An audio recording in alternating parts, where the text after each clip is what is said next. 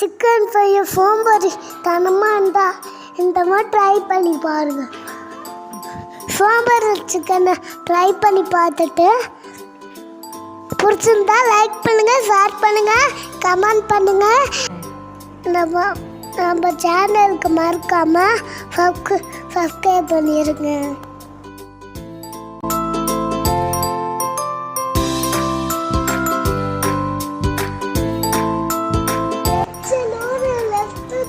கையல எங்க ருசி அடிச்சுக்கிறப்பா பாடம் எவ்வளவு செய்யல தஞ்சாவூர்